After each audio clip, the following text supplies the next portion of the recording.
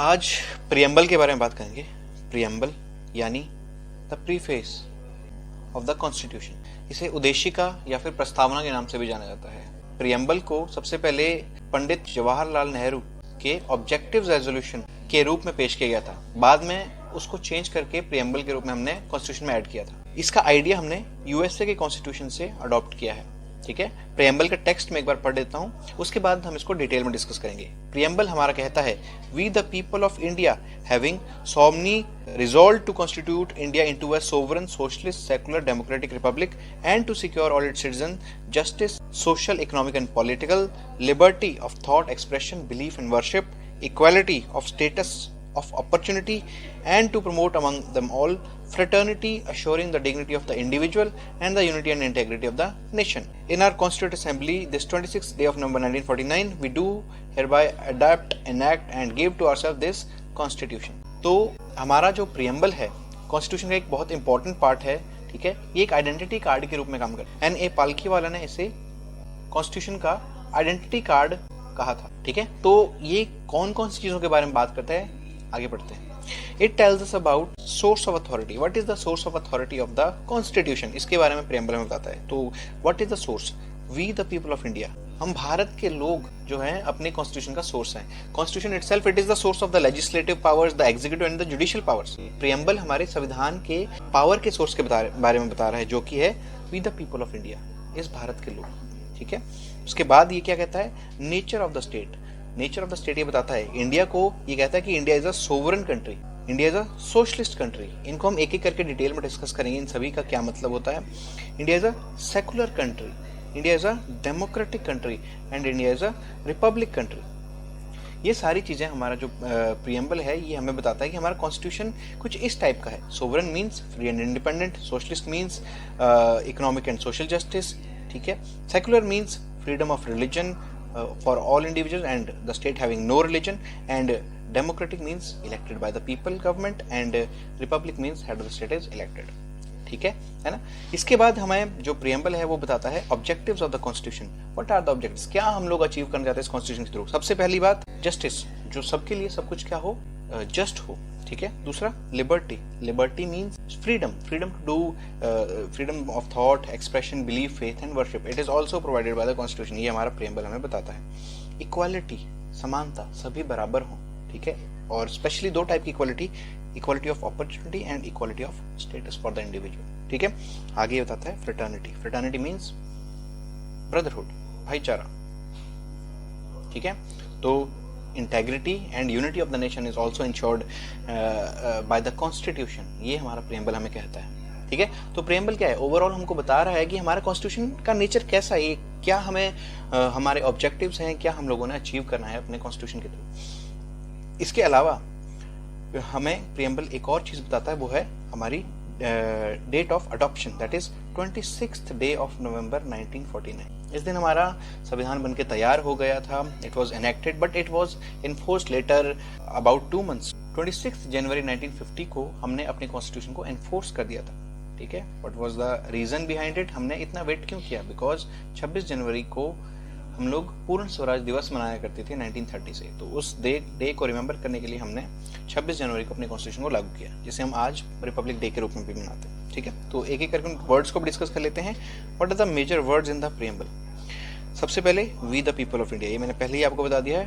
The authority of the constitution, it comes from the citizens. संविधान के पास power कहाँ से आती है, लोगों से। दूसरा सोवरेन, सोवरेन का मतलब होता है जिसके ऊपर किसी दूसरे का रूल नहीं होता। India is independent and self governing, we are not influenced by the decisions of other people. अगला जो शब्द है वो है सोशलिस्ट। सोशलिस्ट या सोशलिज्म का मतलब है state as the authority over means of production, मतलब प्रोडक्शन के जितने भी मीन्स है, लैंड, लेबर, ठीक है, ये वो सभी चीजें, इसके ऊपर सरकार का आधिपत्य होगा, प्राइवेट प्रॉपर्टीज में नहीं होती। हालांकि सोशलिज्म दो प्रकार का होता है, एक डेमोक्रेटिक और एक कम्युनिस्ट। ठीक है, डेमोक्रेटिक सोशलिज्म और कम्युनिस्ट सोशलिज्म में मेजर डिफरेंस क्या है। Democratic socialism it believes in government plus private partnership, जहाँ पे प्राइवेट के इंडिविजुअल के हाथ में भी थोड़ी बहुत शक्ति दी जाती है ना, ऐसा नहीं कि गवर्नमेंट के हाथ में ही सब कुछ है, ठीक है। तो दैट इज डेमोक्रेटिक। तो India also follows this type of socialism, that is democratic socialism. इसको हम लोग मिक्स्ड इकोनॉमी भी दूसरे शब्दों में कहते हैं। दूसरे टाइप का सोशलिज्म इज कम्युनिस्ट सोशलिज्म, जहाँ पे गवर्नमेंट मेजरली सारा सेक्टर अपने हाथ में रखती है, ठीक है। तो इट इज कम्युनिस्ट सोशलिज्म, जो कि आपको देखने को मिलेगा नॉर्थ कोरिया, यूएसएसआर, या फिर अब तो रशिया हो गया, पहले यूएसएसआर हुआ करता था, चाइना, यहाँ पे आपको कम्युनिस्ट सोशलिज्म ज़्यादातर देखने को मिलेगा, ठीक है। Next one is secular. Secular का मतलब है नो स्टेट रिलीजन, जहाँ पे राज्य का या देश का कोई भी एक ऑफिशियल रिलीजन ना हो। Similarly India has no state religion, हम लोग क्या है, एक सेकुलर कंट्री है। We welcome all religion, freedom of religion for all and equal promotion of all religions, ठीक है। सेकुलरिज्म भी also two types, positive and negative. We have already discussed about it, but थोड़ा सा मैं आपको बताता हूँ। पॉजिटिव सेकुलरिज्म मतलब जहाँ पे सभी धर्मों को इक्वली प्रमोट एंड प्रोटेक्ट किया जाता है। नेगेटिव सेकुलरिज्म मतलब जहाँ पे किसी भी धर्म को प्रमोट एंड प्रोटेक्ट नहीं किया जाता है, सभी के साथ बराबरी से बिहेव किया जाता है बेसिकली, ठीक है ना। तो no religion is promoted but every religion is treated equally, every religion is equal in the eyes of the law, ठीक है। Next one is democratic. Democratic का मतलब the power to make the government it is with the people, ठीक है। तो government जो है वो कौन बना रहा है, लोग बना रहे हैं, ठीक है। तो it is a government by the people and किसके लिए, फॉर द पीपल, लोगों के लिए, लोगों की सरकार है, ठीक है ना। एंड थ्रू फ्री इलेक्शंस, तो इलेक्शंस जो है वो एक टूल के रूप में जो है काम करते हैं डेमोक्रेसी के लिए। Democracy is also two types, direct and indirect. India follows the indirect democracy, ठीक है। इसके बारे में आगे फर्दर लेक्चर्स में बात करेंगे कि what is the difference between direct and indirect democracy. हमारे देश में हम लोग इनडायरेक्ट डेमोक्रेसी को फॉलो करते हैं, ठीक है। चलिए next one is Republic. Republic means जहाँ पे head of the state is elected. हमारे देश में भी head of the state is the president, he is elected indirectly by the people, ठीक है। तो हमारे देश में it is not a hereditary representative of the government. हमारे देश में the head is not the hereditary representative of the state, तो हमारे देश में इट इज इलेक्टेड, ठीक है। तो इसका मतलब है Republic. Next one is justice. Justice का मतलब है न्याय, सबके लिए social, economic and political spheres में जो है आपको जस्टिस प्रोवाइड किया जाएगा। जैसे कि हमारे DPSPs they ensure social and economic justice and fundamental rights they ensure political justice, ठीक है। Next one is liberty. Liberty means freedom. हमारा कॉन्स्टिट्यूशन हमें thought, expression, belief, faith and worship, इनकी लिबर्टी प्रोवाइड करता है, ठीक है।